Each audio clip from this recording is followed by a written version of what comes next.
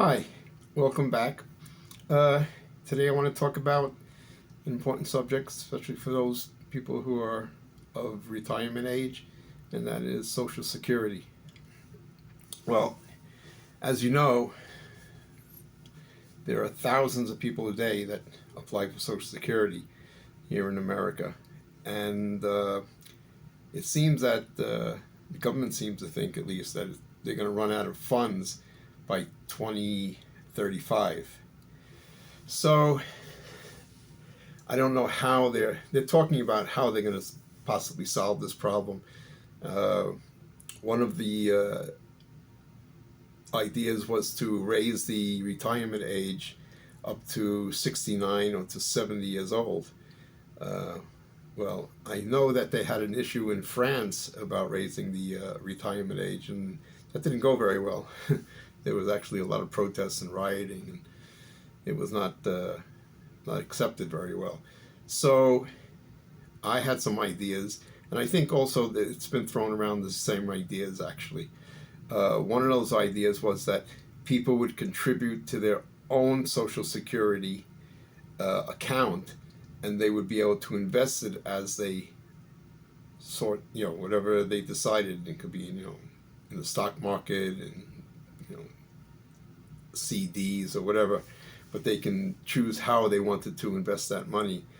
There were some other ideas thrown around as well that they would increase the Social Security tax overall, especially to people that were earning over a certain amount of money a year. This was another idea that was thrown around. I'm not quite sure which formula is going to work the best. Obviously, there's more people retiring, especially baby boomers now, so it's going to be an issue, to deal with in the next 10 years or so. So, if you have any ideas, I'd like to hear about them. Maybe somebody out there will be listening and pick up on some of our ideas. How we can solve this problem. Obviously, we don't want it to run out because we're going to have so many people on Social Security in the next 10 years that, God forbid, and people depend on Social Security. Another issue is like how many Americans were actually moving out of the States because they can't afford to live here. And I was amazed. Actually, there's close to the State Department actually doesn't keep a record of how many people actually live abroad. They estimate that it's approximately 9 million. In 22, it was a lot. It was a little bit less, but they also were counting the service members that were living overseas.